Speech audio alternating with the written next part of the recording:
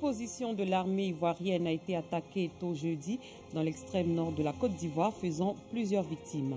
Le président syrien a limogé ce jeudi le Premier ministre Imad Khamis au moment où le pays est confronté à une grave crise économique. Bonsoir, vous suivez le 19h sur RTI 2. Le poste mixte armée-gendarmerie à Kafolo, sous-préfecture de Sikolo, dans le nord-est de la Côte d'Ivoire, a été attaqué par des individus armés. Annonce faite ce jeudi par le chef d'état-major général des armées dans un communiqué. Le général de corps d'armée Lassina Doumbia a révélé qu'une dizaine de morts, 6 blessés et un assaillant neutralisé ont été enregistrés. Nous y reviendrons plus amplement dans nos prochaines éditions. La semaine dernière, la ministre de l'Éducation nationale, de l'enseignement technique et de la formation professionnelle avait annoncé la suspension de l'évaluation finale du CEPE pour les candidats officiels et libres à cause de la maladie à coronavirus. Si les candidats officiels seront évalués à partir des notes obtenues au contrôle continu, les candidats libres, en revanche, vont subir les épreuves de l'examen du CEPE 2020. On écoute à présent la directrice des examens et concours. Sur instruction du ministre de l'Éducation nationale, de l'enseignement technique et de la formation professionnelle, Mme Kandia Kamara, et dans un souci d'équité, les candidats libres au nombre de 6 596 répartis dans les inspections d'enseignement primaire et préscolaire des 41 directions régionales de l'éducation nationale du pays vont subir les épreuves de l'examen du CEPE 2020 simultanément à l'examen blanc numéro 2 des candidats officiels. Dans un autre registre, l'axe Touba-Ouaninou-Ferentela-Ganwe-Gbelo-Soula va être bitumé. Une promesse vieille de plus de 40 ans qui va devenir réalité. Le ministre de l'Équipement et de l'Entretien routier, Amédée Kouakou, à la tête d'une délégation ministérielle, vient de procéder au lancement des travaux de bitumage de cet axe. La correspondance d'Ève Bouy. Les travaux de bitumage de l'axe Touba-Ferentela, Ouaninou, Ganwe, Gbelo, Saoula sont lancés à Ouaninou. Par ses coups de pioche, le président Alassane Ouattara honore ainsi une vieille promesse. Depuis 1974, ça a été annoncé à Touba pour dire que Ouaninou a goudron par le premier président qui est à le Fouet Boye, 1974. Le bitumage de cette voie permettra de désenclaver les localités impactées et ainsi booster le développement de la région du Bafing. Les gens ont coutume de dire que la route précède le développement et quand cette route est améliorée par le bitume, ça ne fait qu'apporter vraiment beaucoup de bombes dans le cœur des populations. Cette voie-là va nous aider à rapprocher Touba de Ouaninou, à rapprocher Biankouman de Ouaninou et faciliter la circulation des personnes et des biens. Les échanges avec la Guinée voisine seront aussi facilités.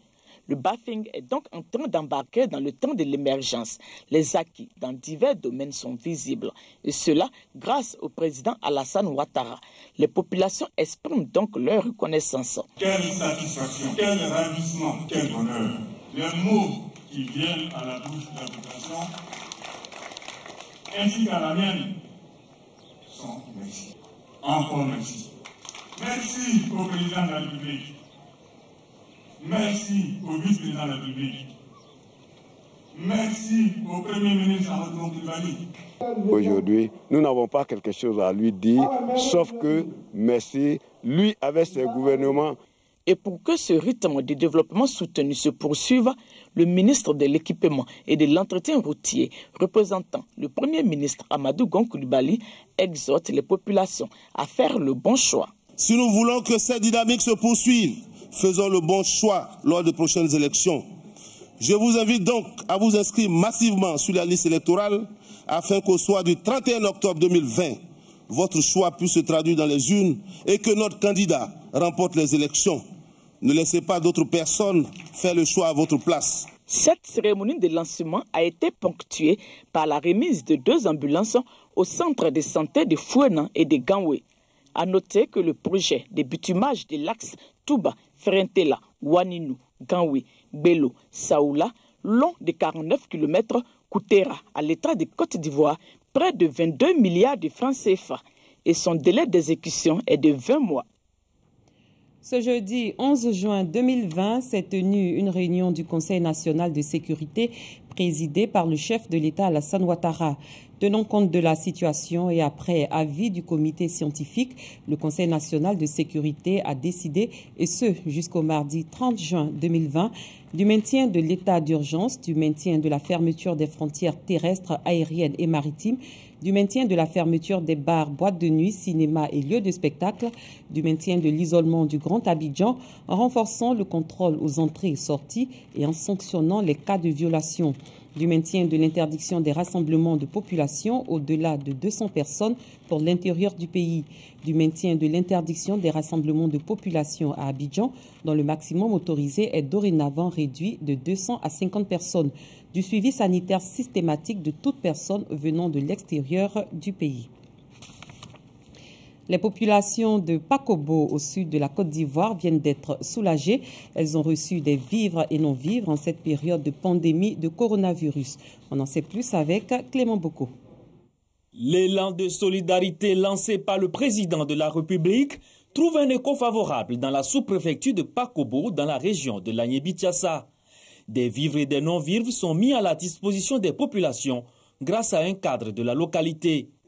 Il s'agit d'œuvrer au bien-être des populations et apporter un soutien à celles-ci en ces moments difficiles du fait de la maladie à coronavirus. Je suis contente de ce don. Je suis très contente parce qu'il a pensé à son village. Il est venu donner à son village. Parce que même la Bible nous dit de partager. Et il a partagé. Donc je bénis l'Éternel. Quand je gagne à manger et mon prochain n'a pas, vraiment, je n'ai pas la paix du cœur. Donc j'ai décidé de venir soutenir les parents. Moi j'en ai, mais est-ce que toute la population de Pakobo en a? Je demande que tous les cadres se mobilisent pour le développement de Pakobo. Des sacs de riz, des cartons d'huile et du gel hydroalcoolique estimé à près de 2 millions de francs CFA. Recevant le don au nom des populations, le sous-préfet de Pakobo, Johnson Yaokona, a exprimé sa gratitude aux donateurs. Une initiative qui, selon lui, s'inscrit dans le programme social du gouvernement. Le commentaire est signé Godefroy Okambawa. 100 journalistes et professionnels des arts et de la culture ont également reçu des vivres et non-vivres ce jeudi, une action initiée par Serge Koleya, Super Ebony 2019, et qui s'inscrit dans l'élan de solidarité engagé par le gouvernement pour lutter contre la Covid-19. La remise de ces dons a eu lieu au cours d'une cérémonie tenue à la Maison de la Presse au Plateau. Pagasorokoni. Ce sont 100 journalistes, agents assimilés et professionnels des arts et de la culture qui bénéficient de la première partie de cette chaîne de solidarité. Ils reçoivent une tonne de riz, 100 bidons d'huile, des boîtes de tomates, des kits sanitaires et des pâtes alimentaires, entre autres. L'initiative citoyenne est de Serge Koleya, Super Ebony 2019, ambassadeur de bonne volonté. Cette chaîne de solidarité qui vient d'être lancée est l'aboutissement d'une volonté du Super Ebony, volonté sociale d'aider les confrères en tant que Super Ebony, mais volonté sociale aussi d'attirer toutes les bonnes volontés, tous les grands décideurs sur ces deux corporations. Médias, arts et culture, des secteurs d'activité fortement impactés par la crise sanitaire due au nouveau coronavirus. Ces dons sont pour les bénéficiaires un coup de pouce salutaire. Vous voyez que c'était un geste où tout le monde était heureux. Il y a eu des personnes qui sont réparties avec du riz, de l'huile, du savon, des cache-nez et plusieurs autres articles. Et donc, vraiment, c'était très bien. Et je félicite encore une fois de plus notre ambassadeur, parce que Serge Koleya, le Super Ebony, est un ambassadeur. La vitrine, c'est lui véritablement qui doit donner le tempo et nous le suivons. Cette initiative, qui a eu la caution de l'Union nationale des journalistes de Côte d'Ivoire, a bénéficié de l'appui des personnes et personnalités de bonne volonté, la ministre Liramata Bakayoko, ministre de la Femme, de l'Enfant et de la Famille, le directeur général de la CGRAE et Dr Frédéric Yao. Au terme de cette chaîne de solidarité, ce sont 500 journalistes, agents assimilés et professionnels des arts et de la culture qui recevront des vivres et non-vivres. Loin de nos frontières, le président syrien Bachar al-Assad a limogé son premier ministre Imad Ramis en poste depuis 2016. L'ingénieur Hussein Arnous a été nommé pour le remplacer. Selon un communiqué de la présidence, le président a promulgué un décret relevant de ses fonctions le premier ministre Imad Mohamed Dib Ramis. Aucune raison n'est pour l'instant invoquée pour expliquer ce renvoi qui a lieu alors que la Syrie, en guerre civile depuis près de 10 ans, est plongée dans une grave crise économique et que la livre syrienne est tombée ces derniers jours à des plus bas records. Le Comité international olympique veut simplifier l'organisation des Jeux afin de réduire les coûts des Jeux olympiques de Tokyo, reportés d'un an en 2021 en raison de la pandémie de coronavirus. Déclaration faite hier par son président Thomas Bach. Ami Koulibaly. Pandémie oblige, les JO de Tokyo seront simplifiés. L'impact est énorme, comme vous pouvez l'imaginer. Il n'est jamais arrivé que nous devrions organiser des Jeux olympiques reportés. Il n'y a donc pas de plan pour cette tâche vraiment gigantesque que nous devons accomplir, et cela dans les circonstances très difficiles de cette pandémie en cours. Nous cherchons donc avec nos partenaires et amis japonais des moyens de simplifier l'organisation des Jeux, de réduire la complexité des Jeux et de réduire le coût de ces Jeux reportés. Le 24 mars, face à la crise du Covid-19, le CEO a pris la décision inédite en temps de paix de reporter d'un an les Jeux de Tokyo prévus à l'origine cet été. Les Jeux s'ouvriront désormais le 23 juillet 2021. Retour en Côte d'Ivoire, rendons-nous dans la commune de Cocody, précisément dans le quartier d'Angré Extension, où les pluies de ces derniers jours ont occasionné des inondations. Les riverains ont été envahis par l'eau tôt le matin de mercredi 10 juin. L'heure est au ménage et à la recherche de solutions. Le point avec Bintou Pekeli. Angré Extension dans la commune de Cocody. Georges Irier évacue l'eau de son magasin de gaz à l'aide d'une pelle. Son commerce a été inondé lors des pluies diluviennes de ces 2 derniers jours. Ça vient depuis 6 heures, 7 heures, depuis le matin, ça a été évacué. Il y a eu des déchets, le magasin, tout ça est enlevé, les déchets qui sont là. Ça arrive dans la douche. Non loin de là, d'autres magasins ont également été inondés. Une situation inquiétante pour certains commerçants. Bon, ça arrivait jusqu'à ce niveau-là.